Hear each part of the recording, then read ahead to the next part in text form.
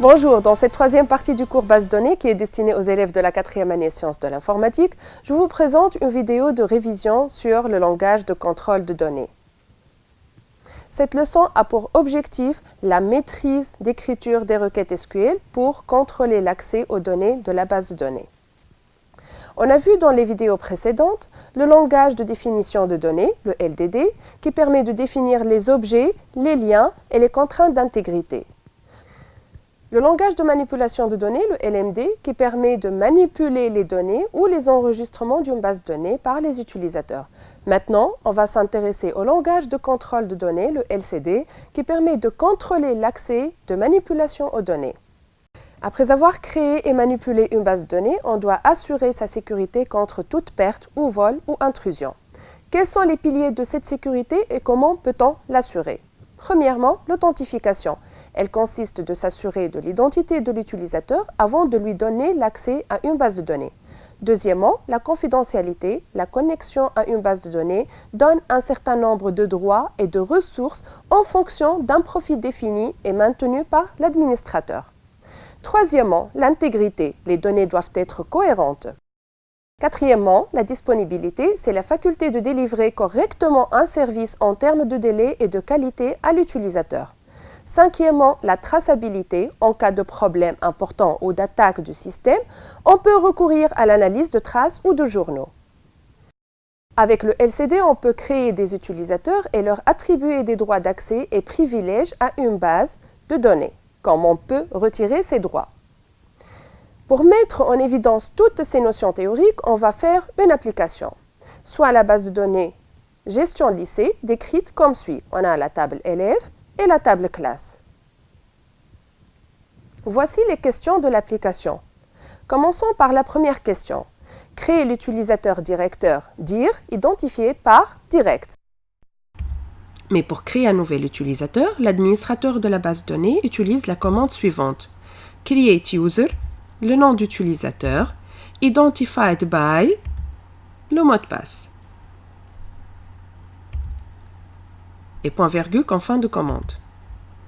Revenons à la première question. Créer l'utilisateur dir identifié par direct. On écrit alors create user dir identified by direct. C'est le mot de passe.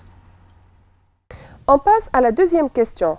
Attribuer tous les droits de table élève au directeur du lycée. Aussi, il peut les transmettre à d'autres utilisateurs. Mais pour répondre à cette question, on doit savoir comment attribuer les droits d'accès aux utilisateurs. Il y a deux types de droits. Les droits globaux au système permettent d'effectuer toutes les opérations possibles sur la base de données, exemple connexion, sauvegarde, etc. Deuxième, ce sont les droits objets. Ce sont des droits effectués sur des objets de base tels que les tables, les requêtes, etc. Attribution des droits système. La commande SQL permettant d'attribuer les droits système à un utilisateur est la suivante. Grant, liste des droits. To, la liste des utilisateurs. With admin option, cette option autorise le nouvel utilisateur à accorder les droits reçus à d'autres utilisateurs. Pour éviter d'écrire la liste de tous les utilisateurs, on peut utiliser le mot public. La commande SQL permettant d'attribuer les droits objets à un utilisateur est la suivante. Grant, liste des droits. On, liste des objets. To, liste des utilisateurs. With grant option, cette option autorise le nouvel utilisateur à accorder les droits reçus à d'autres utilisateurs. Pour désigner tous les droits, on peut utiliser le mot all. Pour désigner tous les utilisateurs, on peut utiliser le mot public. Revenons à la question 2. Attribuer tous les droits de la table élève au directeur du lycée. Aussi, il peut les transmettre à d'autres utilisateurs.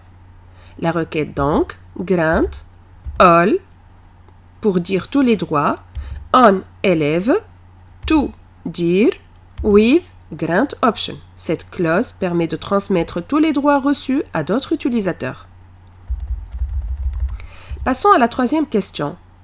Attribuer le droit de sélection de la table élève pour tous les utilisateurs. La requête est la suivante. Grant, select, on élève, to, public. Passons à la suite des questions. Voyons la question 4. Attribuez les droits d'insertion et de sélection de la table élève au user 1. On écrit alors grant, insert select, ce sont les droits, on élève, c'est la table élève, to user 1, c'est le nom d'utilisateur. Voyons question 5. Attribuer le droit de mise à jour à l'ID classe de la table élève au user 2. On écrit alors grant update IDC, les droits de mise à jour sur la colonne ID classe, on élève to user 2. Passons aux questions pour retirer les droits des utilisateurs. Mais voyons d'abord la syntaxe générale. La commande SQL permettant de retirer un ou plusieurs droits système pour un utilisateur est la suivante. Revoke, liste des droits, système, from, utilisateur. Pour retirer un ou plusieurs droits objets, pour un utilisateur, on doit écrire revoke, liste des droits, on, objet, liste des objets. Cette commande est utilisée uniquement en cas de retrait des droits objets.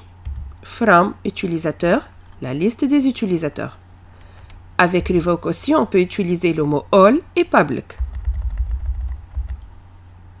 Revenons à la 6e question. Retirer les droits système de l'utilisateur directeur. Donc on écrit revoke, all pour dire tous les droits, from, dire. C'est le nom de l'utilisateur. 7e question. Retirer les droits d'insertion et de mise à jour de la table élève au user 1. On écrit alors revoke, insert update, ce sont les droits objets, on élève, c'est la table élève, from user 1, c'est l'utilisateur auquel on retire les droits. Cette vidéo touche à sa fin. J'espère que la leçon a été bénéfique pour vous. Pour approfondir davantage vos connaissances, je vous conseille de télécharger la documentation et répondre aux quiz disponibles en annexe. Merci pour votre attention et bonne chance.